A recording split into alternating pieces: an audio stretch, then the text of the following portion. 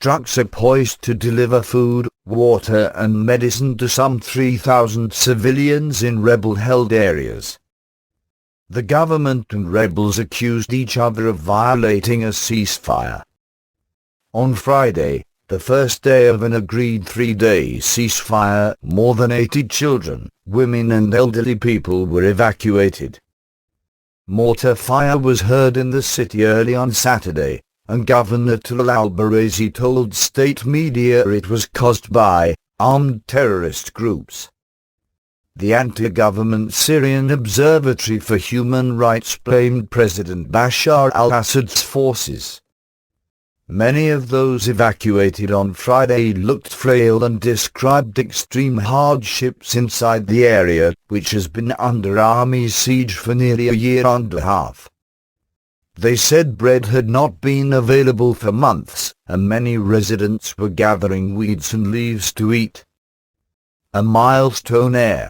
The UN's humanitarian coordinator in Syria, Yaqub El-Hilo, says UN teams had pre-positioned food, medical and other basic supplies for immediate delivery. He said that achieving the evacuation of civilians and the delivery of food would be a milestone, for which all parties should be commended. Relief officials had earlier warned that this second phase of the humanitarian operation, to allow aid into the embattled quarter, was particularly delicate, not least because the government side has always been reluctant to see supplies going into rebel-held areas.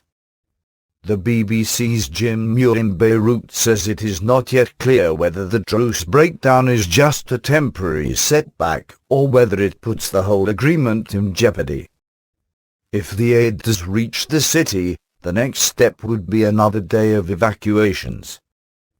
During Friday's operation, vulnerable civilians such as children, old people and medical cases were brought out of the besieged area, sometimes carried by Red Crescent volunteers.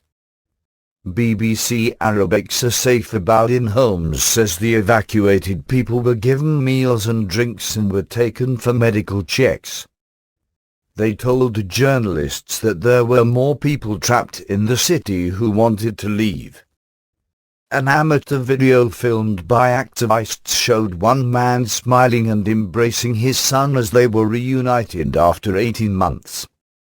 Daily bombardments. Homs has been a key battleground in the uprising against President Assad. The army launched a series of big attacks to recapture rebel areas in the old city in the beginning of 2012, with almost daily bombardments killing thousands. Large areas have been reduced to rubble and many neighborhoods lie in ruins.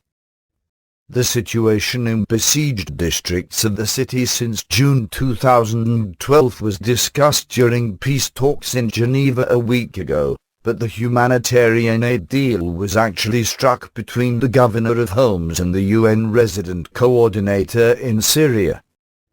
The Syrian government is making no connection between the Homs agreement and the peace talks, but it was first mooted by the mediator there, Lakhdar Brahimi, our correspondent says. Another round of talks is scheduled to begin on Monday and the Syrian government has confirmed it will attend.